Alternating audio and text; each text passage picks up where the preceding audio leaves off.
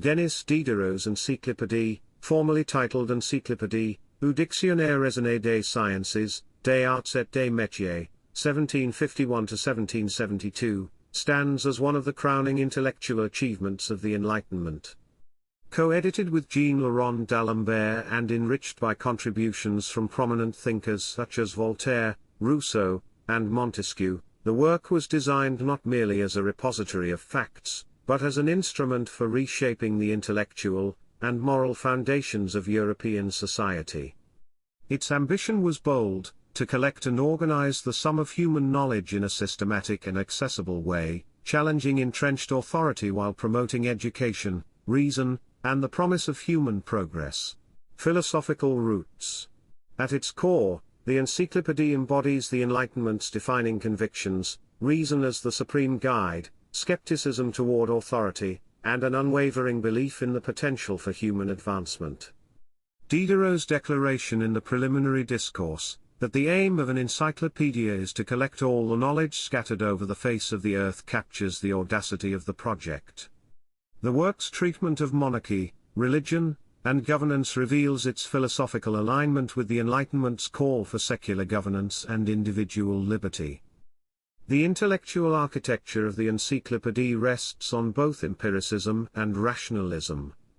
Drawing inspiration from empiricists, such as Locke, and rationalists such as Descartes, Diderot and his collaborators insisted on the primacy of observation and reason as the foundations of knowledge. As Diderot noted, to learn, one must observe and analyze, for understanding arises from experience and thought. This epistemological blend placed equal value on sensory evidence and logical analysis. The work was also steeped in the natural law tradition, influenced by Montesquieu and Spinoza, which sought to ground morality and political order not in theological authority but in principles derived from nature and reason. Articles on governance often argued for freedom of speech and rejected the divine right of kings, asserting that just authority rests on rational laws and the consent of the governed. Key concepts. One of the Encyclopédie's most radical commitments was its vision of knowledge as a public good. For Diderot, knowledge belongs to humanity, not to privileged elites, a conviction reflected in the decision to include meticulous entries on trades, crafts, and technical skills alongside philosophical treatises and scientific theories.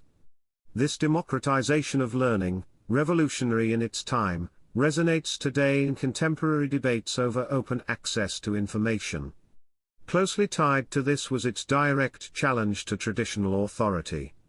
The Catholic Church, monarchy, and systems of censorship were frequent targets of criticism.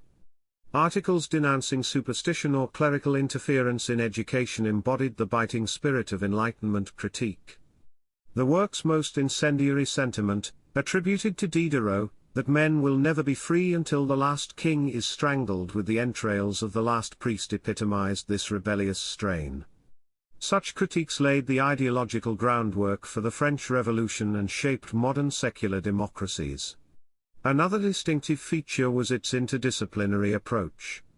Under d'Alembert's guiding philosophy that all sciences and arts shed light on each other and contribute to human progress, the Encyclopédie integrated diverse domains, physics and poetry, metallurgy and metaphysics, into a unified intellectual tapestry. The juxtaposition of farming techniques with discussions on aesthetics reflected a vision of knowledge as interconnected rather than compartmentalized, foreshadowing the modern emphasis on cross-disciplinary research.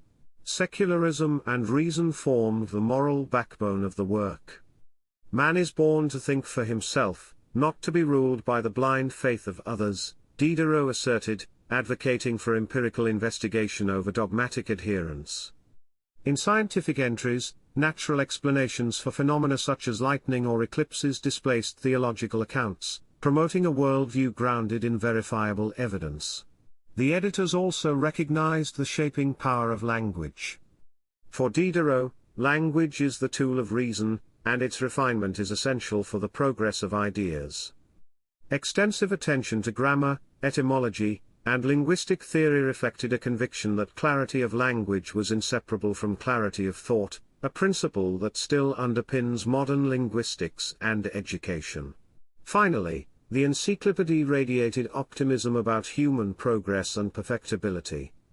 The perfectibility of man is limitless when guided by reason and education, Diderot proclaimed, celebrating technological advances such as the steam engine as milestones in humanity's ascent. This faith in progress continues to animate contemporary discourse around technology, innovation, and education. Relevance for everyday life. The Encyclopédie's core principles remain deeply relevant. Its democratization of knowledge prefigures the ethos of the Internet era, where digital platforms aim to make information universally accessible. Its call to reason over dogma is a reminder of the importance of critical thinking in an age of misinformation and media bias. The integration of arts, sciences and trades offers a model for holistic education capable of addressing complex global problems, from climate change to public health. Its advocacy for secular ethics, grounded in rational deliberation, informs ongoing debates over human rights, governance, and the separation of religion and state. Critics and challenges. Despite its lofty ideals, the Encyclopédie was not free from criticism. Some charged it with elitism, while it sought to make knowledge accessible. The cost and linguistic demands of the multi-volume set meant that only the affluent and literate could benefit directly. As Robert Darnton later observed, it was a tool of the Enlightenment, yet bound by the chains of privilege. The work's anti-religious tone also provoked backlash. Religious authorities accused it of undermining spiritual values, and the Catholic Church eventually banned it as heretical. As William Cavanaugh has argued, its contempt for religion betrays its author's moral arrogance, reflecting the tension between Enlightenment secularism and religious tradition. Others viewed its optimism about reason and progress as dangerously utopian. Isaiah Berlin noted that the Enlightenment's dream of progress often overlooks the darker aspects of human ambition, warning against an uncritical faith in human perfectibility. Conclusion? Diderot's Encyclopédie was more than a reference work, it was an intellectual manifesto for an age of transformation. Rooted in Enlightenment ideals of reason, secularism, and human perfectibility, it sought to dismantle the intellectual monopolies of church and crown, replacing them with an open, interconnected, and rational order of knowledge. While its limitations, elitism, secular bias, and utopian overreach, are real, its legacy as a catalyst for modern thought and education is undeniable.